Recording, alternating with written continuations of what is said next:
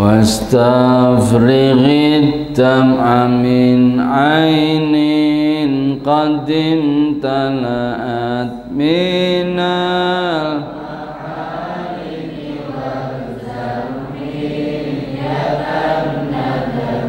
wa khalifin nafsa wa syaitana wasima wa inhuma mahadatan nus'afat ini.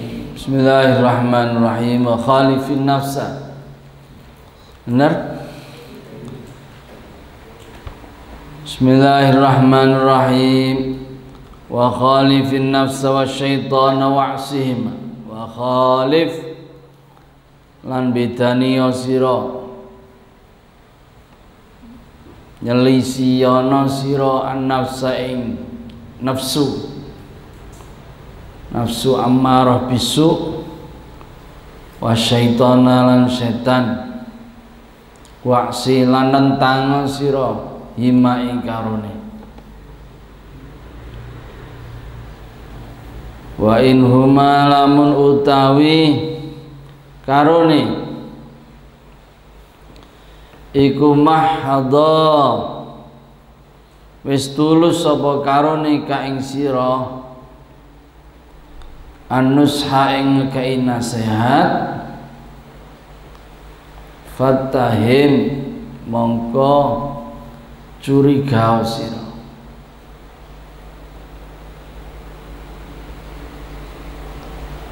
Wa khalif lan nyelisiana sira an-nafsa ing nafsu wa syaitana lan setan wa'si lan nentang sira hima ing karone. Wa in huma lamun utai karone iku mahadha tulus sapa karone ka ing sira an-nusha ing ngekei nasihat fatahim mongko curiga sira. Lawan dan tentanglah nafsu dan setan. Kalaupun keduanya memberi nasihat, maka curigailah.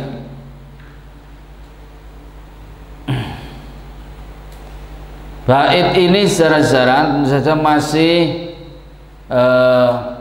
berkaitan dengan kemarin wastafrighi dam'a min ainin qadim tala'at, masih tentang taubat. Apabila syarat taubat yang kemarin adalah taubat itu harus, syarat utamanya harus menyesal, ya. Maka pada bait ini syarat yang kedua dari taubat adalah dia harus bisa menghindar dari dosa. Dia harus bisa menahan diri dari godaan. Ini syarat yang kedua dari tobat. Al-iqla, nek digoda ya iso ngindar, iso melengos, iso.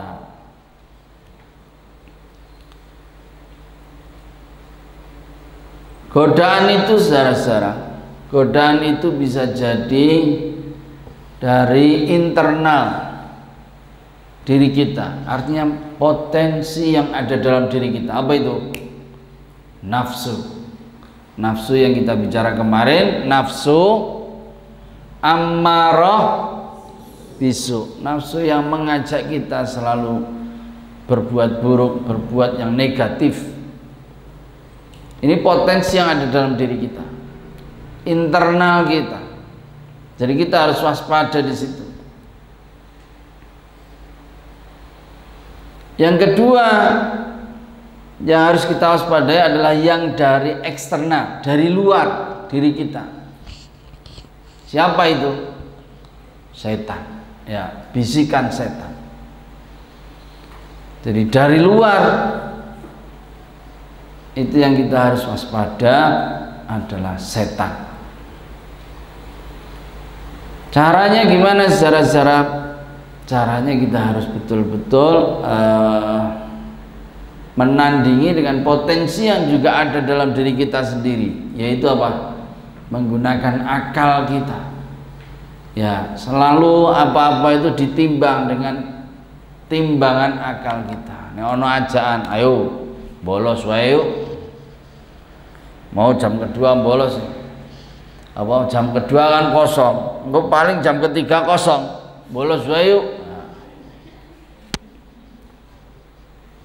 Nah, disitulah Anda kemudian harus melalui proses internal diri Anda harus bisa nyaring. Dengan apa? Dengan akal Anda. Akal itu apa? Akal itu potensi Anda untuk berpikir, mendialogkan apa yang ada dalam hasrat diri Anda itu dengan pertimbangan-pertimbangan akal, dengan berpikir. Berpikir itu apa? Proses dialog dalam diri kita. Yang begini ini baik apa tidak? Yang ini kira-kira gimana sih? Nah, ini benar apa tidak? Ini dialognya di dalam akal kita. Inilah yang harusnya terjadi. Termasuk ketika itu kita dapat bisikan setan itu. Iya. Itu maka kita harus pinter-pinternya itu kita harus bisa menimbangnya dengan akal yang kita miliki, potensi yang juga kita miliki, yaitu akal, potensi kita berpikir. Ya, saudara-saudara, melawan hawa nafsu, ya, seperti yang sudah kita pelajari beberapa waktu yang lalu, itu adalah inti dari kebahagiaan. Wa khalifin nafsa, melawan hawa nafsu. Ya, kemarin sudah berapa bait, ya. Allah di dalam surat An-Nazi'at ngendikan, a'udzubillahi minasyaitonir rajim, wa amma man khafa maqama rabbih wa nahan nafsa 'anil hawa fa innal jannata hiyal ma'wa. Jadi orang yang bisa, ya, takut dengan Tuhannya dan wanahan nafsa 'anil hawa, mampu menahan diri dari hawa nafsu, dari hasrat nafsu yang buruk, nafsu ammarah bisu, fa innal jannata hiyal ma'wa, maka akan dia itu mendapat kemungkinan tempatnya di surga, tempat kembali yang baik, yang bahagia, yaitu di surga. Ini kalau kita berhasil menaklukkan hawa nafsu kita. Sama halnya dengan kalau kita berhasil melawan setan. Ini juga keberhasilan yang luar biasa. Ini kunci sukses. Kunci sukses kita adalah ketika kita mampu melawan setan. Dua-duanya sesuatu yang sulit, saudara. Bukan hal yang mudah. Karena itu penyair dengan luar biasa menggunakan fattahib, curigailah yang namanya nafsu amarah dengan godaan setan. Curiga.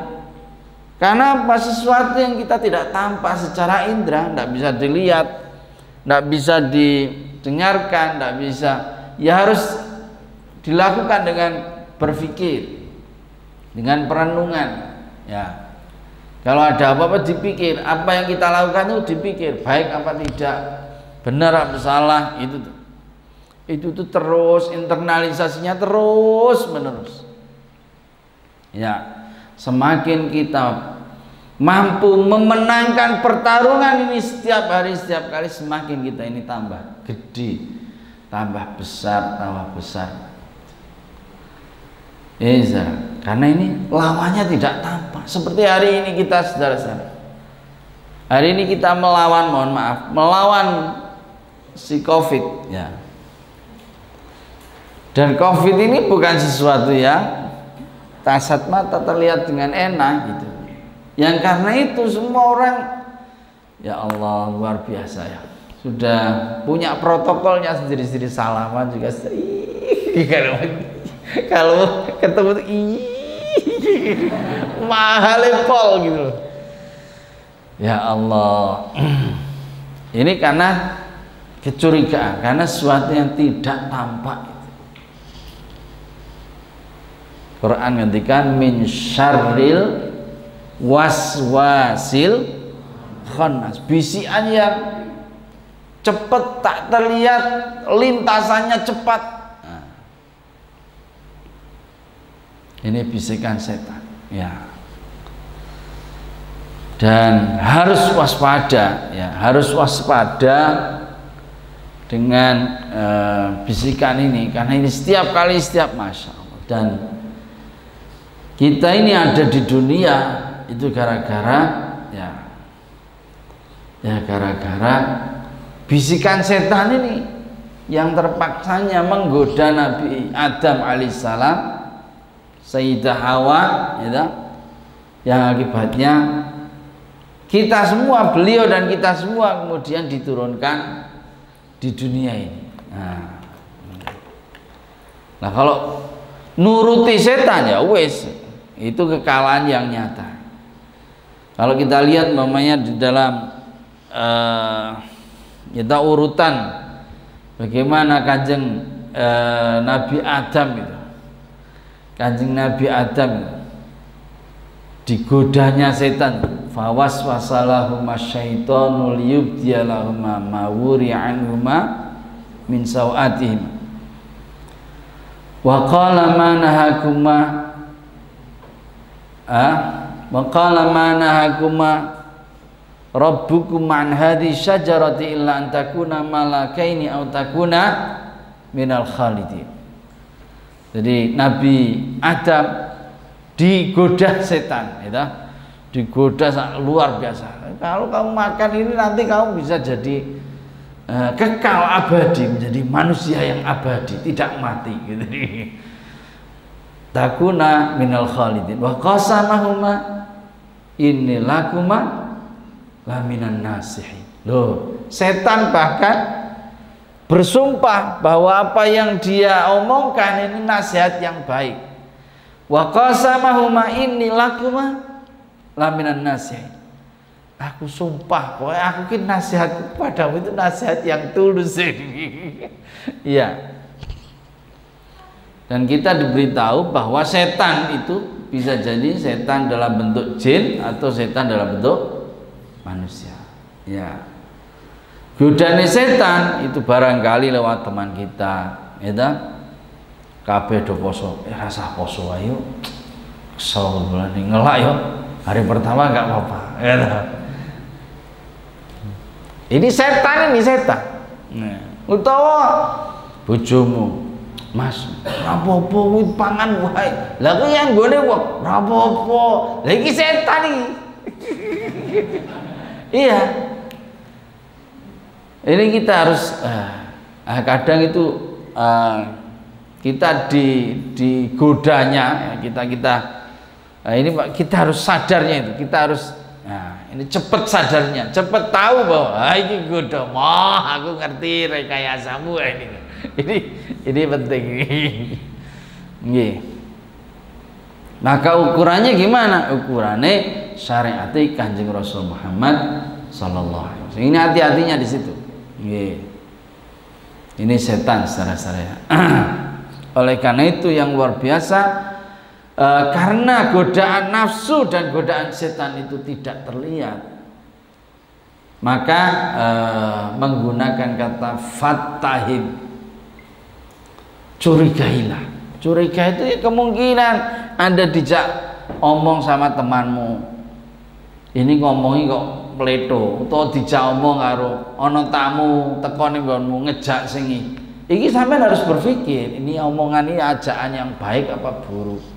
Ini harus diproses dalam diri kita. Ya.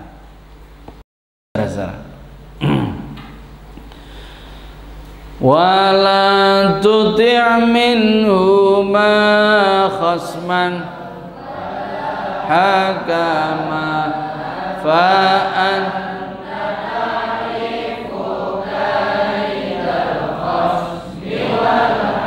wala tuti' lan ojo manut sira minhuma maring setan lan nafsu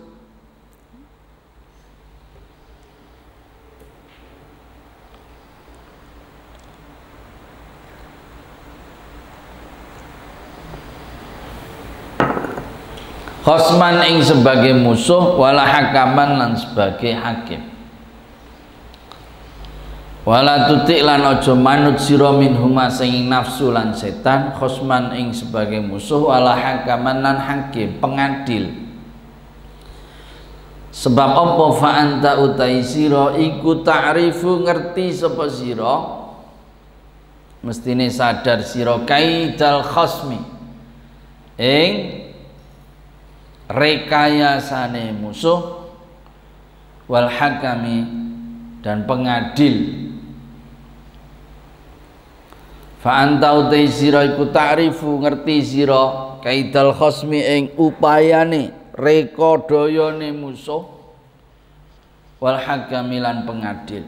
Jangan engkau patuh pada nafsu dan setan, baik sebagai musuh atau sebagai pengadil, hakim, sebab engkau tahu kecanggihan muslihat dari keduanya. Saudara-saudara, tentu saja ini masih terkait dengan bahayanya godaan setan dan nafsu ammarah bisu. Ya, ayat ini bait ini mewanti-wanti kepada kita, ya, kehati-hatian kita terhadap nafsu dan setan baik sebagai musuh. Musuh itu artinya jelas-jelas apa yang dia bisikkan kepada kita itu sesuatu yang bertentangan dengan ajaran Kanjeng Rasul, dengan sesuatu yang perbuatan baik. Ini sebagai musuh, ya. Anda tahu kalau Anda gelut atau Anda perang melawan musuh, perang itu jangan diartikan fisik saja, ya. Perang Anda supaya juara kelas dengan teman-teman Anda, bagaimana caranya? Anda kan, mohon maaf, menganggap saingan Anda, teman-teman Anda itu seperti musuh. Nah, tentu sebagai pesaing dia tidak mau kalah dengan Anda. Dengan cara apa ya? Dengan memperbanyak mutolaah. Dia kalau musyawarah itu ya 1 jam, maka dia belajar sendiri itu 2 jam. Dia itu tidak tidur siang. Untuk apa? Mutolaah. Untuk, nah, dia bukan hanya itu, dia mau tanya kepada kakak kelas, dia mau diskusi dengan pembimbing. Nah, ya. Supaya apa? Supaya ketika ini dapat pelajaran dia nggak ketinggalan. Dia bisa lebih siap dibanding dengan Anda gitu. Nah, ketika begini ini kan Anda harus gimana? Gitu? Anda harus gimana? Nah, ini kalau musuh atau pesaing, dan itu jelas. Yang repot saudara-saudara, ya, kalau dia itu sebagai pengadil. Ya, kadang kita punya masalah, ya, kadang kita punya urusan, ya toh? Nah, kadang kita ini menentukan mana yang seharusnya kita pilih, ya, mana yang seharusnya kita ikuti di antara 2 pilihan itu yang dimaksud dengan pengadil secara. Tentu ini bukan sesuatu yang nyata. Ini semua baik sebagai musuh maupun sebagai pengadil, ini sesuatu yang abstrak, sesuatu yang tidak terlihat. Sudah setannya nggak terlihat, nafsunya terlihat, hanya bisa disadari. Fa anta ta'rifu, menggunakan kata makrifat. Anda menyadari, mungkin Anda nggak bisa lihat, nggak bisa menyadari keberadaan, tidak bisa melihat keberadaannya secara fisikly, tetapi Anda menyadari, oh di balik omongan ini ada setan, oh di balik ini isinya nafsu. Nah, ini maksudnya pengadil, ya. Saudara-saudara, inilah, ya, Imam Busiri ingin memberikan isyarat bahwa beratnya menjadi hakim. Benar nggak? Kanjeng Rasul Muhammad sallallahu alaihi wasallam juga ngendikan ya, 3 orang hakim itu 2 orang itu masuk neraka, yang masuk surga itu hanya 1 gitu. Ini diantara 3 orang hakim gitu.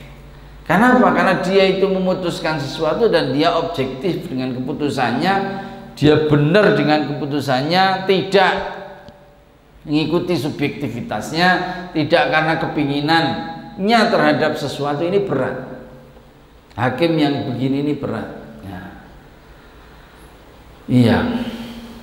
Dan kadang kalau hakim sudah memutuskan sesuatu perkara, mamanya ini 2 ini, yang dia menangkan yang ini, ya, dia tahu bahwa ini salah, tapi dia ingin menangkan yang ini, maka caranya adalah dia membuat hujah-hujah biye carane supaya yang menang ini salah.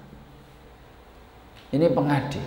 Ini jangan diharapkan sama ini pengadilan apa saja bisa terjadi. Ya, sampean punya anak, ya, umpamanya punya anak, anaknya gelut dua-duanya, sampean kan harus dengarkan, ya, harus dengarkan duanya. Dan sampean mungkin ada sesuatu yang secara subjektivitas sampean belani sing A, sampean tidak belani sing B. Nah, sampean kemudian piye carane meskipun B yang benar sampean lah memutuskan yang A. Dan itu sering terjadi. Sering terjadi. Yang hari ini berlaku di masyarakat, dan itu sesuatu yang salah. Betul-betul nyata salahnya, ya. Umpamanya ada motor sama mobil ya, kecelakaan. Orang itu dengan mudah ya, dengan mudah judge bahwa yang salah mobil, padahal itu belum tentu salahnya mobil ya. Tapi terkadang kadung ada dalam pikiran masyarakat bahwa jenis yang gede salah. Loh, ini tadi apapun yang terjadi dianggap salah. Nah, mestinya bagi pengadil yang benar itu harus dicari. Wah, mosok salah, harus dilihat gimana mobil, gimana motor, cari. Ya, jangan gara-gara dia takut dengan massa dia kemudian membenarkan motor, padahal yang salah itu motor. Terjadi nggak? Terjadi, saudara. Iya. Saya di Gading ditabrak becak der. Saya ditabrak der gitu ya. Dan sangat heran sekali saya, ya Allah, becak ini dengan loh kok nabrak Pak? Saya juga biasa saja kan, loh kok sama nabrak Pak? Tidak tidak ngamuk, tidak. Saya kan bertanya saja, dan becaknya itu langsung marah. Kok naik wani macam-macam loh. Bukan, maksudnya itu kok bisa, dan dia kemudian tidak merasa salah, tidak sesuatu yang aneh gitu. Pada saya itu sesuatu yang aneh, sudah merasa dirinya itu tidak salah, kemudian belani dirinya, dan inilah ya, ini bahayanya kita. Sudah tahu salah tapi tidak mau ngaku salah. Ini yang seperti ini juga banyak terjadi. Ini salah. Jadi bahayanya hawa nafsu, bahayanya setan, baik itu ketika jadi musuh yang nyata ya, maupun ketika itu menjadi pengadil. Nah, kita harus waspada di situ. Ini menjadi pengadil, bahayanya di situ. Karena kadang subjektivitas itu mempengaruhi keputusan. Ini yang kemudian bahaya. Sing jelas mestinya kita ini potensi akal kita harus betul-betul dimaksimalkan. Ini omongan gini bener nggak? Main ini, kalau ndak ini main hakim sendiri. Ya, belum jelas ada ini dibakar. Masa ada jambret, ada copet dibakar? Bagaimana? Bagaimana nalarnya? Kan nggak ketemu itu salah-salah. Mestinya ya. Nah, cuma orang kemudian karena emosi, karena Itu subjektivitas. Ini sudah sangat kejam lah. Sesuatu yang kemudian justru tidak masuk akal, tidak setimpal. Ini yang kita harus waspada dari setan maupun si nafsu. Astaghfirullah min qaulin bila amalin laqad nasabtu bihi. Astaghfiru nyulun ngapura sapa ingsun Allah ing Gusti Allah min qaulin sanging ucapan bila amalin tanpa pengamalan. Nyuwun ngapura kula dhateng Gusti Allah sebab ngomong ning ora ana kenyataane pengamalane. Laqad nasabtu sungguh teman-teman nisbatke sapa ingsun menyandarkan sapa ingsun netepke sapa ingsun bi kelawan kaul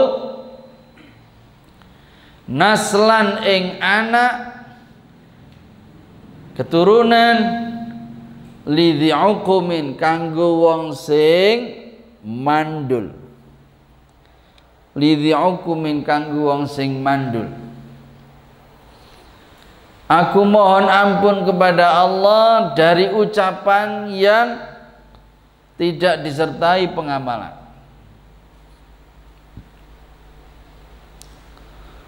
Laqad nasabtu bihi naslan lidhi ukumin. Sungguh aku seperti menisbatkan anak pada orang yang mandul. Nah, sesudah penyair bertobat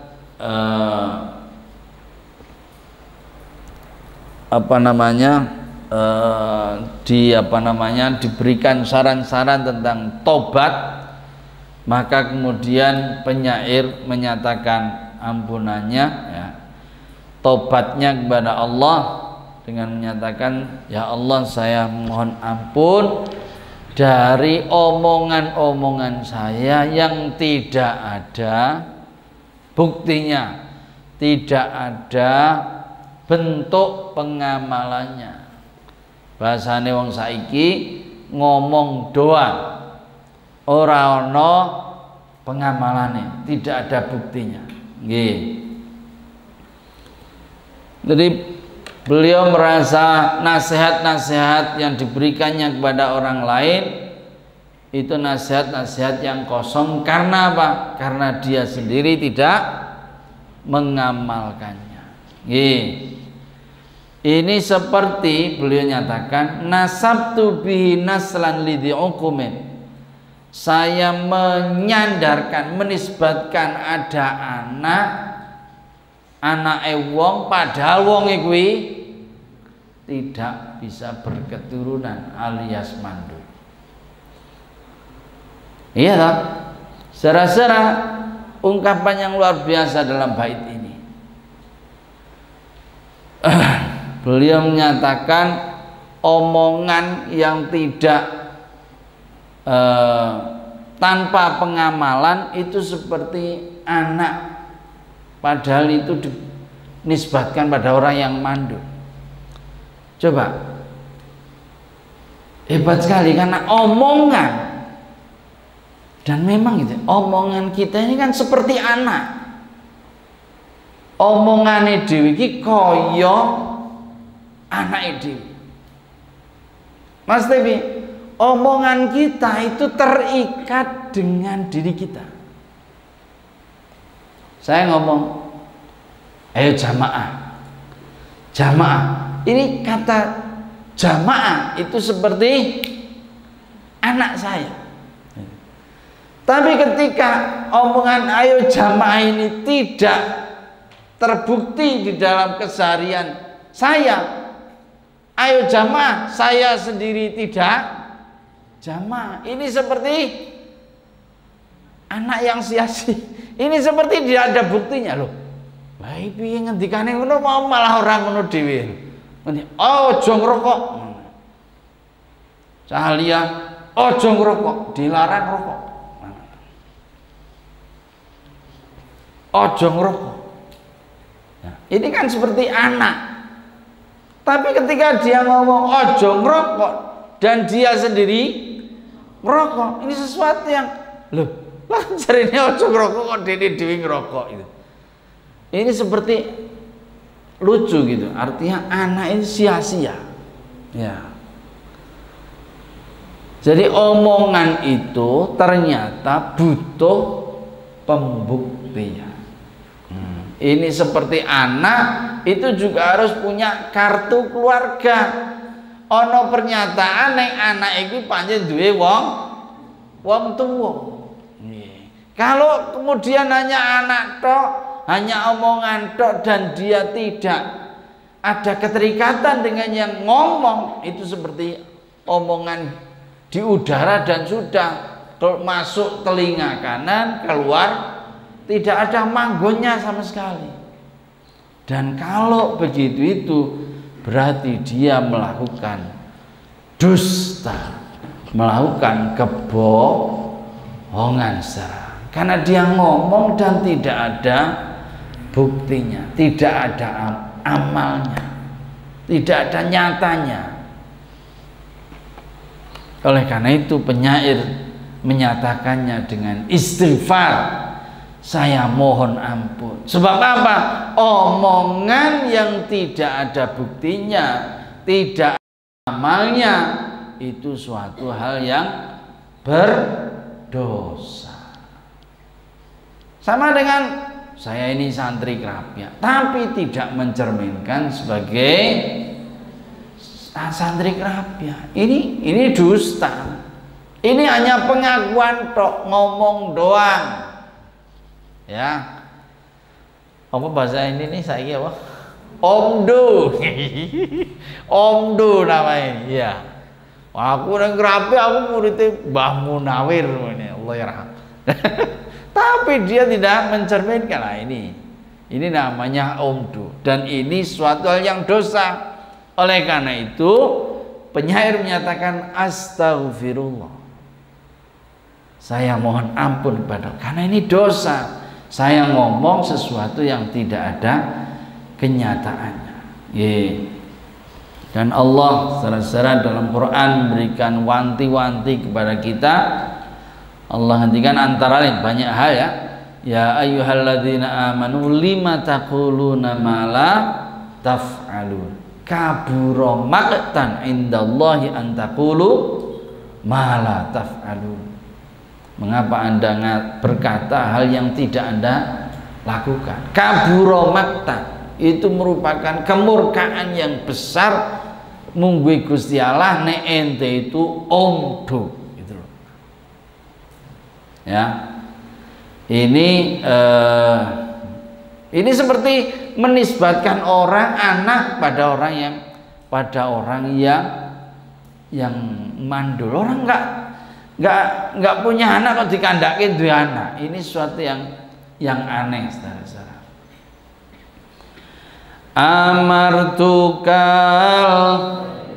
khaira lakin ma'tamartu bihi wa mastaqamtu lah lilaka astaqimi. Kelanjutan dari bait ini persis sama. Amartuka, perintah sapa ingsun ka ing sira al khaira ing kaapian. Saya mengajakmu berbuat baik, saya memerintahkanmu melakukan kebaikan.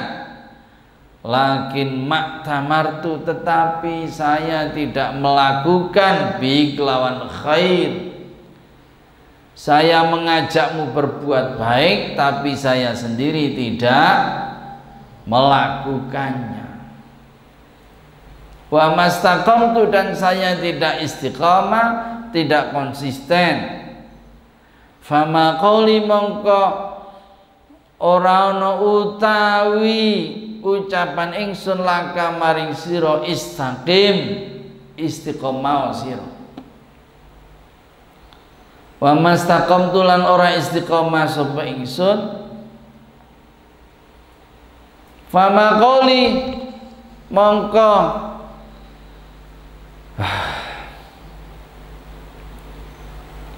ora ana utawi ucapan ingsun laka maring sira istaqim, istiqomah sira. Aku memerintahkanmu berbuat baik sedang aku sendiri tidak melakukannya. Maka apalah artinya ucapanku terhadapmu? Istiqomahlah sedang aku sendiri tidak istiqomah. Persis sama dengan bait yang sebelumnya, saudara. Bait ini pengejawatan atau mengartikulasi, membuktikan atau ini dari bait sebelumnya. Persis. Bait ini sama, cuma dibuat apa ya? Dibuat ungkapannya beda sedikit, ya. Buktinya sama, bait ini tidak menggunakan wawu. Tidak menggunakan wawu. Wawu itu apa sih? Wawu apa? Wawu kata penghubung dan. Kalau pakai dan itu berarti sesuatu berbeda. Andi dan Faiz pergi ke pasar. Andi itu Faiz apa bukan? Bukan. Andi itu ya sendiri, Faiz ya sendiri, itu ya. Ngapain ke pasar? Ya orang ngerti ngopo. Si Andi blonjo, si Faiz golek rokok ning ngono. Tapi Andi dan Faiz itu beda. Kok tahu beda? Karena ada dan itu penghubung dan dia membedakan antara yang satu dengan yang lain. Nah, kalau dua kata itu bersambung dan tidak pakai dan, itu menunjukkan kamalul ittisal. Kalau bahasa balaghahnya apa? Saking eratnya dua kata yang sangat kuat keterkaitannya, kamalul ittisal. Sama dengan bait ini tidak pakai dan. Kalau sebelumnya kan pakai dan. Contohnya biar. Contohnya biar. Mamanya yang sebenarnya wastafrighi dam'a. Wah, berarti masih ada keterkaitannya dengan sebelumnya. Terus lagi sesudahnya wa khalifin nafsa wasyaitan. Tapi bait ini dengan sebelumnya tidak ada, langsung astaghfirullah, padahal isinya sama persis, hanya beda dibuat ini sedikit beda. Sama-sama isinya agar orang itu kalau ngomong harus ada pengamalannya, harus ada pembuktiannya. Ini dalam bahasa Arab namanya kamalul ittisal. Jadi keterkaitannya, sambungnya kuat sekali. Sama dengan umpamanya ayat ya, Bismillahirrahmanirrahim, Alhamdulillahirabbil alamin, Ar-Rahmanirrahim, Maliki yaumiddin, Iyyaka na'budu wa iyyaka nasta'in. Tidak ada sambungnya. Rabbil alamin. Alhamdulillah, Allah itu ya Rabbil, Allah itu ya Ar-Rahman Ar-Rahim, Allah itu ya Maliki yaumiddin, Allah itu ya Iyyaka na'budu wa iyyaka nasta'in. Jadi ini kenapa? Karena yaitu satu kesatuan. Sama dengan Allahu la ilaha illa huwal hayyul qayyum. Allah itu al-hayyu al-qayyum. Allah itu la ta'khudhuhu sinatun wala naum. Allah itu lahu ma fis samawati wa ma fil ardh. Allah itu man dzalladzi yashfa'u. Ini sama Allah semua, nggak pakai uang. Karena apa? Satu kesatuan. Sama dengan ini, satu kesatuan, nggak pakai uang. Sama dengan Indonesia tanah airku. Tanah air itu apa? Indonesia. Tanah tumpah darah itu apa? Ya Indonesia. Enggak, Indonesia dan tanah airku, dan tanah tumpah darahku, dan di sanalah aku berdiri. Karena apa? Ini siji, sesuatu yang satu hanya diolor-olor ibaratnya gitu. Untuk tafsir atau untuk ya, penjelasan ini sama gitu ya. Ini menunjukkan satu kesatuan. Nggih. Sama dengan di sini, astaghfirullah min qaulil dila. Sama isinya persis dengan sebelumnya. Bahwa bait amartukal khaira lakin maktamartu bi, sama. Bahwa saya mohon ampun ya Allah, saya telah berkata tapi saya tidak melakukannya. Saya memerintah, kalau tadi berkata ini bentuknya memerintah. Saya memerintah orang al khaira, memerintah al khaira, kebaikan. Al khair itu apa? Yang disebut kebaikan itu apa? Al khair, kebaikan al khair itu apa? Al khair itu segala sesuatu yang kalau dilakukan Anda dipuji, namanya khair. Khair dalam pengertian baik. Perbuatan baik kan banyak. Al ma'ruf juga banyak. Apa al ma'ruf? Ma'ruf itu apa? Amar ma'ruf, nahi ma'ruf itu apa? Perbuatan baik. Tapi kalau ma'ruf itu apa? Perbuatan yang sesuai dengan aturan, sesuai dengan tata krama, ajaran atau adat kebiasaan, namanya ma'ruf, perbuatan baik. Nah, beda lagi dengan khair. Khair itu apa? Khair itu perbuatan baik. Tapi khair itu artinya yang kalau Anda lakukan, Anda mendapatkan pujian. Itu namanya khair. Wow, banyak sekali urusannya. Nggih. Amartukal khair, saya mengajak Anda, memerintah Anda supaya berbuat baik. Tapi lakin maktamartubi, saya sendiri tidak melakukannya. Saya minta kepada saudara untuk berlaku istiqomah, konsistenlah, disiplinlah, tapi Anda sendiri tidak disiplin. Ini namanya omongan yang omdo tadi, hanya ngomong doang. Ya, ini sama dengan sebelumnya. Saudara-saudara, ini tentu saja bait-bait yang memberikan warning kepada, khususnya kepada para kiai, para dai, tentu saja juga kepada orang tua. Ya, kalau Anda pengen perintah Anda, nasihat Anda sebagai orang tua, sebagai guru, sebagai dai itu dinot apa? Diikuti, maka Anda sendiri harus melakukan dulu. Jangan ngomong dulu, jangan ngomong perintah-perintah dulu. Anda lakukan dulu, habis Anda lakukan dan Anda merasa nyaman, enak, baik, Anda perintahkan orang untuk ikut menirunya, itu ikut melakukannya. Itu nanti omongan Anda akan diikuti. Kalau enggak, Anda ngomong doang, itu nanti suatu yang wagu. Ini bait-bait tentu saja menjadi kewaspadaan pada kita semua, nggih. Mamane senior, nah, kakak kelas, itu wis rumoso wis pembimbing, nah ini pembimbing ini, iya, kepada guru, apalagi guru digugu dan ditiru. Bagaimana mungkin Anda bisa digugu kalau Anda sendiri tidak menunjukkan itu?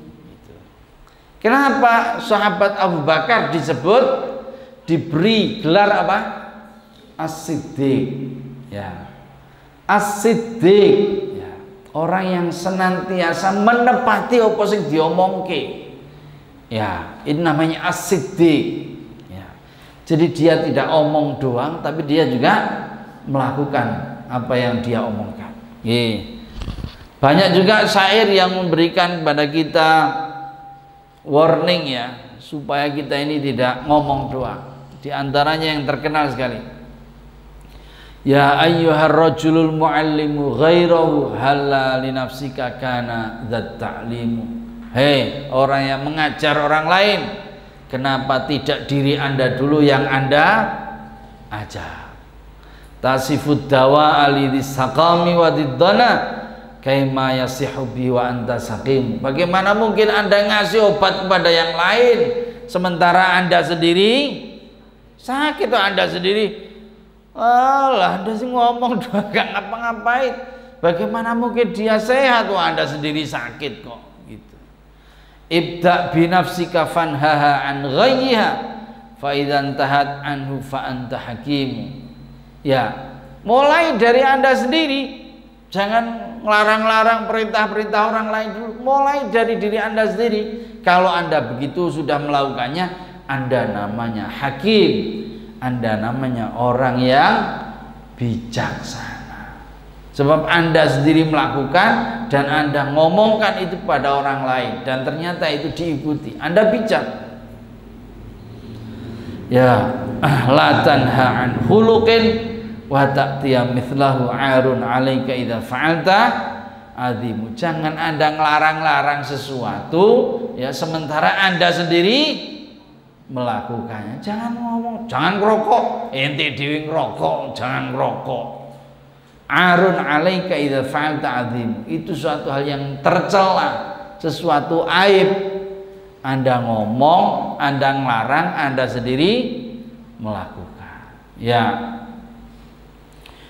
Wala tazawwajtu qabla al-mauti nafilatan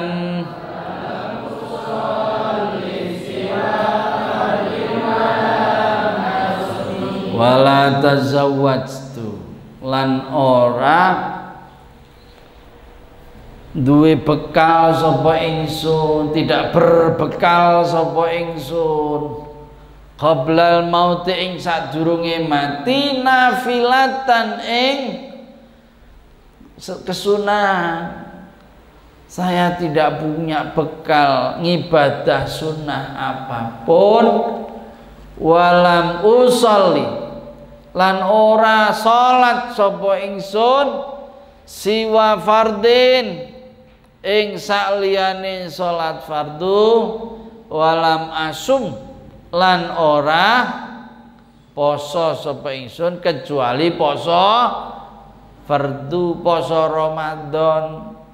Wala tazawwajtu ora berbekal sapa ingsun qoblal mauti ing dalam sadurunge mati nafilatan ing ngibadah sunnah. Walam usolli lan ora poso sapa ingsun siwa fardin ing saliyane salat fardu. Walam asum lan ora poso sapa ingsun. Saya tidak punya bekal apapun sebelum mati saya. Ini bekal ibadah-ibadah sunnah saya nggak punya. Walam usolli dan saya tidak sholat kecuali sholat fardu, posolan ya zakat itu aja hanya yang fardu ya.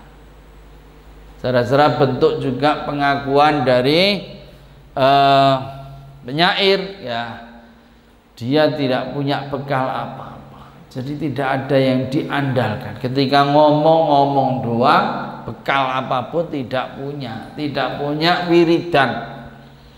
Saudara-saudara, mestinya kita, setiap kita itu punya wiridan apa gitu, wiridan baik apa, ini kita harus punya ya. Nah itu wiridan apa ya? Wiridan itu artinya sesuatu yang menjadi kita kelangenan kita, apa sholat duha, apa sholat tahajud, atau bar itu bar sholat itu kita punya wiridan doa apa, khusus hizib apa, ini kita harus punya. Ini mestinya punya. Sebab ini bagian dari persiapan kita. Apa saja yang kita kiai kita, guru kita itu yang bisa apa, yang kita bisa, tidak bisa semua, yang bisa saja apa, itu semoga bisa menjadi bekal kita. Pakainya tazawwajtu dari kata zata. Sebab apa? Ya, bekal yang paling baik itu bukan harta benda, tapi khairuz zadid takwa. Bekal yang paling baik itu adalah takwa, artinya melakukan apa yang didhawuhi Gusti Allah, menghindar apa yang dilarang Gusti Allah. Ini bekal yang paling baik. Nah, kita ini punya bekal apa? Jangan sampai kita yang nggak punya apa-apa siwa fardin, kecuali hanya sholat fardu, kecuali hanya yang fardu. Yang fardu, apalagi fardu itu harus sesuatu yang pasti kita lakukan, namanya juga fardu. Tetapi yang sunat ini kan bonus. Yang sunat ini kan yang membedakan kita dengan yang lain, itu adalah ibadah sunnah. Anda punya grade podo-podo cah pondok, podo-podo itu, pondok Krabia, podo-podo kelas 3 alia. Grade-nya ini dari mana bedanya? Bukan dari ibadah fardu. Ibadah fardu kabeh wong lakoni, standar namanya fardu itu. Yang membedakan kita masing-masing kita adalah ibadah sunnah. Semakin ibadah sunnah kita banyak, kalau dalam sulam taufik